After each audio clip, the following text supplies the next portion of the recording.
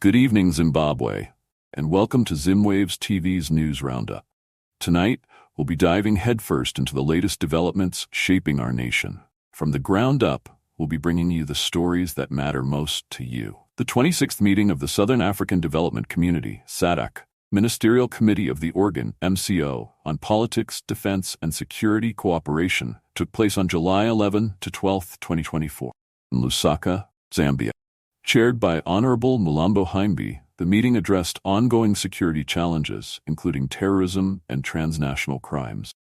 Notably, the committee discussed the security situation in Mozambique's Cabo Delgado province and the withdrawal of the SADC mission in Mozambique, affirming continued regional support to combat terrorism.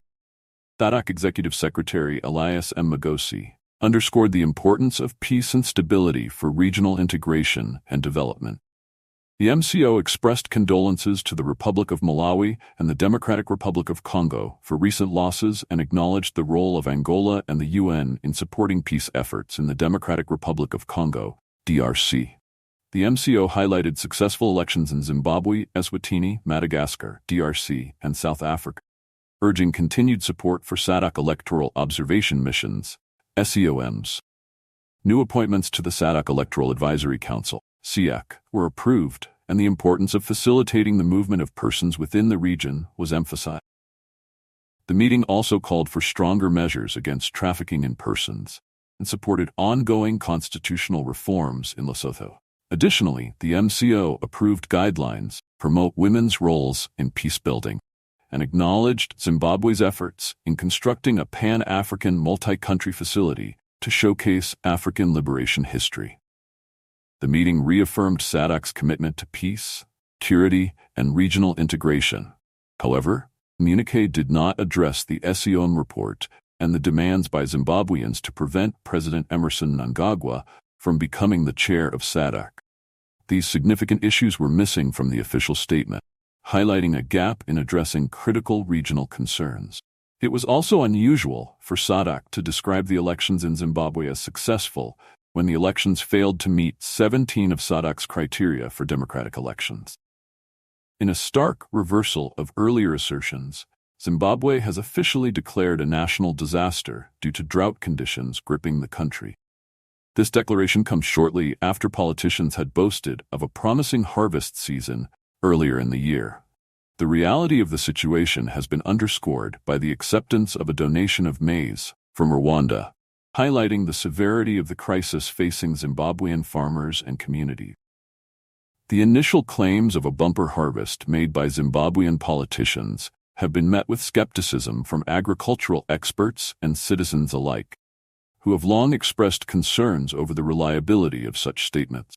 The sudden acknowledgement of drought as a national disaster serves as a poignant reminder of the disconnect between political rhetoric and the harsh realities on the ground. This declaration is not just a formality, it reflects the true extent of the crisis facing our agricultural sector, commented an agricultural economist who preferred to remain anonymous. It's concerning that such misleading statements were made earlier, as they undermine the urgency needed to address our food security challenges.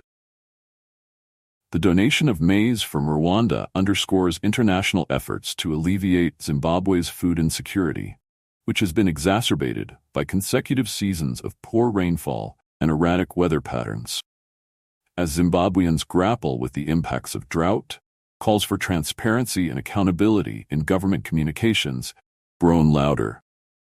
The situation has sparked debates across social media platforms, with many Zimbabweans expressing frustration over what they perceive as deceptive practices by their elected officials. The need for long-term solutions to ensure food security and mitigate the effects of climate change remains urgent, as Zimbabwe navigates through these challenging times. In a cryptic tweet earlier today, Zimbabwean opposition leader Nelson Chamisa posted the word Kenya on his Twitter account, triggering spread speculation among the public. Many interpret this as a potential signal for upcoming protests during the upcoming SADC conference in Zimbabwe. The tweet comes amidst recent demonstrations in Kenya, which resulted in a significant policy reversal by the Kenyan government, fueling assumptions among Zimbabweans that Chamisa's message could signify a call to action. Social media platforms have since been abuzz with discussions and interpretations of Chamisa's tweet, some viewing it as a rallying cry for civic action. Chamisa, known for his vocal stance on governance issues in Zimbabwe, has not elaborated further on the meaning behind his tweet. However, analysts suggest that the timing, coinciding with the SADC conference, underscores growing discontent and calls for change within the region. As the situation develops, stakeholders and the public alike await further statements or actions from Chamisa, amidst heightened anticipation surrounding potential protests during the international summit. Former President Donald Trump survived an assassination attempt while campaigning in Butler, Pennsylvania. Trump, running for the presidency on a Republican ticket, was slightly wounded when a bullet pierced the upper part of his right ear while addressing supporters on stage. He was rushed to the hospital, but has since been discharged. Reports indicate that one spectator was killed and 2 others critically injured, while the assailant was shot and killed by security agents. The incident has sparked widespread condemnation, including from President Joe Biden, Trump's challenger in the upcoming elections, who described it as unheard of and just not appropriate. Former U.S. Presidents George W. Bush, Bill Clinton, and Barack Obama, along with numerous world leaders, have also expressed relief that Trump was not seriously harmed. Highlanders claimed a decisive victory over Dynamos in the highly anticipated Battle of Zimbabwe within the Zimbabwe Premier League. The match took place at Rufaro Stadium, with Highlanders demonstrating superior form to secure a 2-0 win. McKinnon Mashore opened the scoring for Highlanders with a well-placed shot in the 25th minute, putting his team in the lead early in the game. Dynamos struggled to break through Highlanders' defense throughout the first half, facing staunch resistance and few opportunities to equalize. Highlanders maintained their pressure into the second half, with McKinnon Mashore extending their lead in the 75th minute with a powerful header from a corner kick. The victory solidified Highlanders' position in the Zimbabwe Premier League standings and underscored their prowess in one of the league's most prestigious fixtures.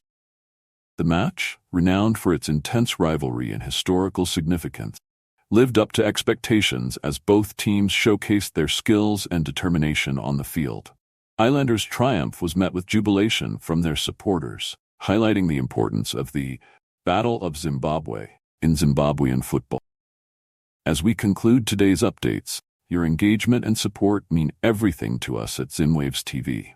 Our commitment to delivering accurate and insightful news remains steadfast, but we rely on your subscription and feedback.